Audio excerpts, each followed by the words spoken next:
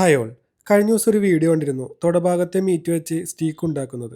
ഇപ്പോഴും പലർക്കും അറിയില്ല സ്റ്റീക്ക് ഉണ്ടാക്കാൻ ഏത് ഭാഗത്തെ മീറ്റാണ് നല്ലതെന്ന്. ഇപ്പോൾ ഈ കാണിച്ചതൊക്കെ റിബ് പോർഷനിലെ മീറ്റാണ്.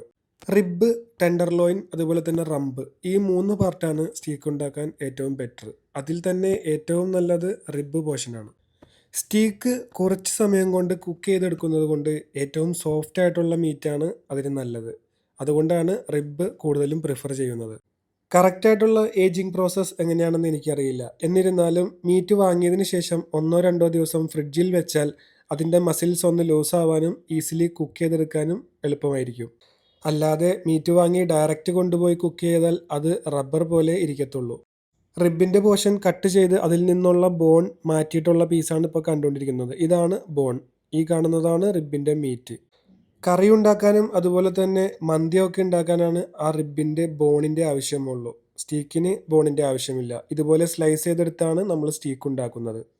അടുത്തതായി അണ്ടർകട്ട് അഥവാ ടെൻഡർലോയിൻ. ഈ പീസും സ്റ്റീക്ക് ഉണ്ടാക്കാൻ വളരെ നല്ലതാണ്. അത്യാവശ്യം നല്ല സോഫ്റ്റ് ആയിട്ടുള്ള പാർട്ടാണ് ടെൻഡർലോയിൻ.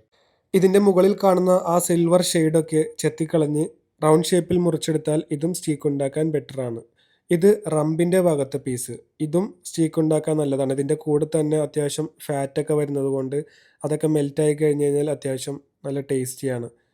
റിബും ടെൻഡർലോയിനും ഒക്കെ പോലെ അത്ര സോഫ്റ്റ് മീറ്റ് അല്ലെങ്കിലും സ്റ്റീക്ക് ഉണ്ടാക്കാൻ ഈ ഒരു പോർഷനും അത്യാവശ്യം നല്ലതാണ്. അപ്പോൾ അടുത്ത വീഡിയോയുമായി വീണ്ടും കാണാം. Okay, by.